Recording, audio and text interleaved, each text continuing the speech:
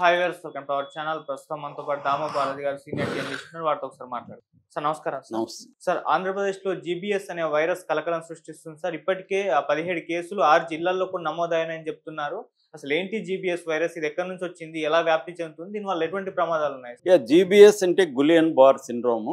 ఇది ఇండియాలో ఇప్పుడు కొంత ఆందోళన కలిగిస్తుంది. ముఖ్యంగా ఫిబ్రవరి 11 ఆ ప్రాంతంలో పూణేలో చాలా కేసులు బయటపడ్డాయి అన్నమాట. దాదాపు 196 కేసులు పూణేలో బయటపడ్డాయి.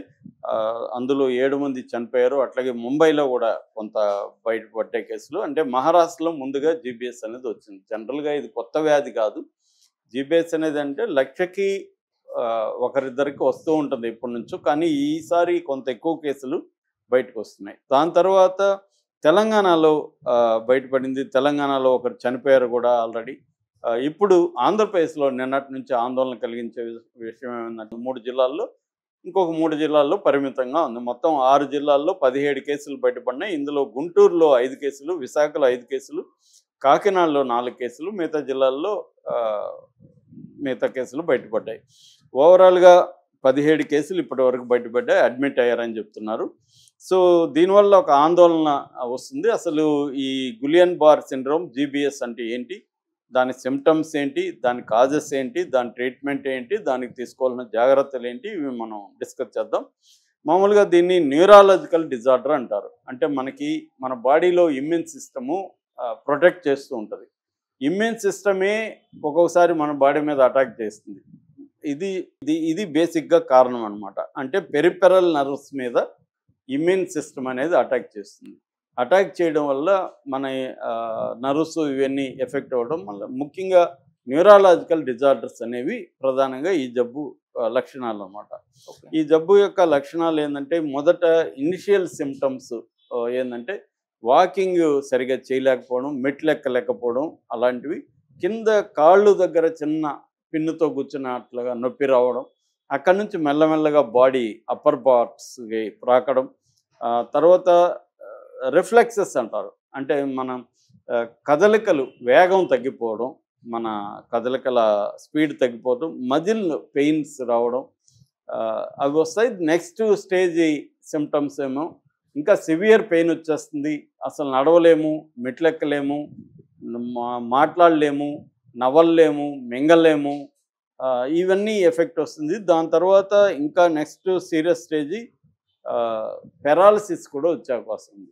అట్లాగే లంగ్స్ మీద కూడా దీని ఎఫెక్ట్ ఉంటుంది. అంటే బ్రీతింగ్ ప్రాబ్లం, ఊపిరి పీల్చుకోవడం, అవన్నీ ప్రాబ్లం, కళ్ళు వాసిపోవడం, హార్ట్ రేట్ పెరిగిపోవడం, బీపీలో హెచ్చు తగ్గులు, ఇవన్నీ కూడా వస్తాయన్నమాట. ఫైనల్గా డెత్ కూడా జరిగే అవకాశం ఉంది. ఇది దీని సిమ్టమ్స్. ఇక కాజెస్, దీనికి నిజంగా చెప్పాలంటే ఇప్పటి వరకు కరెక్ట్ కాజ్ ఎవరు చెప్పలేకపోతున్నారు. 2 రకాల కాజెస్ చెప్తున్నారు. ఒకటి బ్యాక్టీరియల్ అండ్ వైరల్. ఈ ఇన్ఫెక్షన్ వల్ల ఇది జరుగుతుంది అనేది ఇప్పటి వరకు అంచనా వేస్తున్నారు, కానీ పక్కా కాజ్ అయితే తెలియదు. ఈ బ్యాక్టీరియాలో కూడా మైకోప్లాజ్మా న్యూమోనియా అనే ఒక దీనివల్ల వస్తుంది. అలాగే క్యాంపీ బ్యాక్టర్ జెజుని అనే ఒక బ్యాక్టీరియా నుంచి వస్తుంది. ఇన్ఫ్లుయెంజా కావచ్చు, ఎప్స్టీన్ బార్ వైరస్ కావచ్చు, జికా వైరస్ కావచ్చు, వీటి వల్ల కూడా వస్తుంది. ఒక్కొక్కసారి పోస్ట్ వ్యాక్సిన్ ఏదైనా వ్యాక్సిన్ వేసుకుంటే దాని రియాక్షన్గా కూడా ఈ జీబీఎస్ వచ్చే అవకాశాలు ఉన్నాయి. తక్కువ కానీ అది కూడా ఉన్నాయి. అట్లాగే ఏదైనా సర్జరీ జరిగి ఏదైనా ట్రామా అంటారు, అంటే పెద్ద యాక్సిడెంట్ అట్లాంటి జరిగిన తర్వాత కూడా ఈ జీబీఎస్ రావచ్చు. అట్లాగే ఆటో ఇమ్యూన్ రెస్పాన్స్ అనమాట.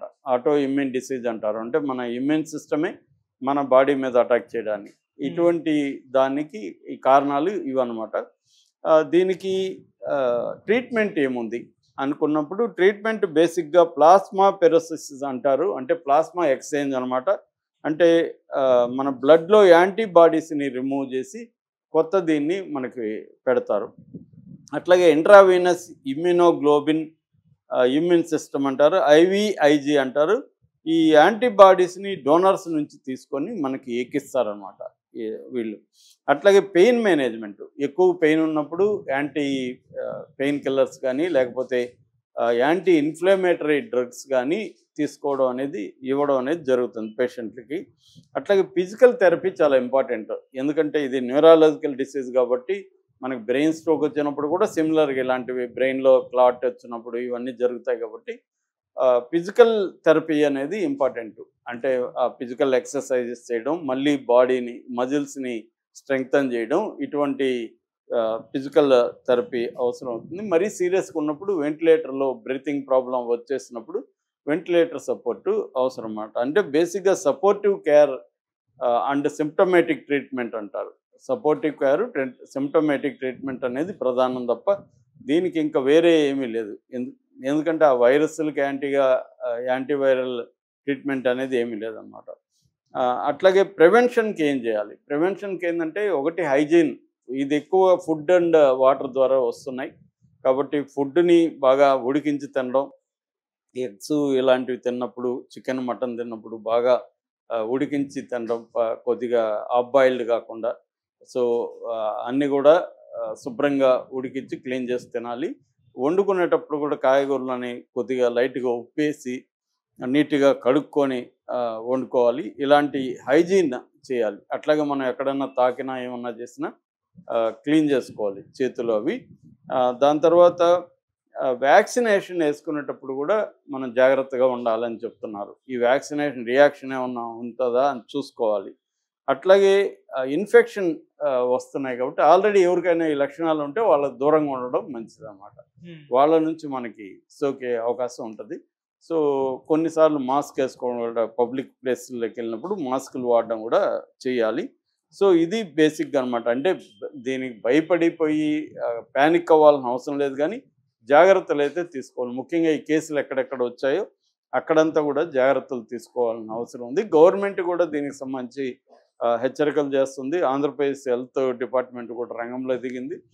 దీనికి సంబంధించిన బెడ్స్ని రెడీ చేయడం, వెంటిలేషన్ చూసుకోవడం, ఎవరికైనా ఆక్సిజన్ అవసరాలు ఏర్పడవచ్చు, ఇదనమాట. దీంట్లో చాలామంది తెలియక దీన్ని ఎలా డీల్ చేయాలని ప్యానిక్ అయిపోతున్నారు. రెండవది ఏంటంటే దీంట్లో వల్నరబుల్ వచ్చి kids and aged people.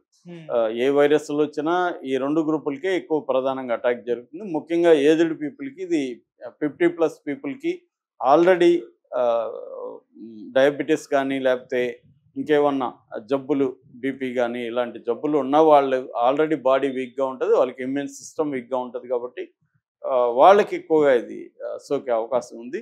So అలాంటి వాళ్ళు మోర్ జాగ్రత్తలు తీసుకోవాలి. అలాగే పిల్లలకు కూడా వల్నరబిలిటీస్ ఎక్కువ ఉంటాయి కాబట్టి వాళ్ళకు కూడా ఇది అఫెక్ట్ అయ్యే అవకాశం ఉంది. సో ఓవరాల్గా అయితే ఒక ఆందోళనకరమైన పరిస్థితి లేదు, కానీ 17 కేసులు అంటే తక్కువ కాదు, ఇది పెరిగే అవకాశం ఉందని చెప్తున్నారు. సో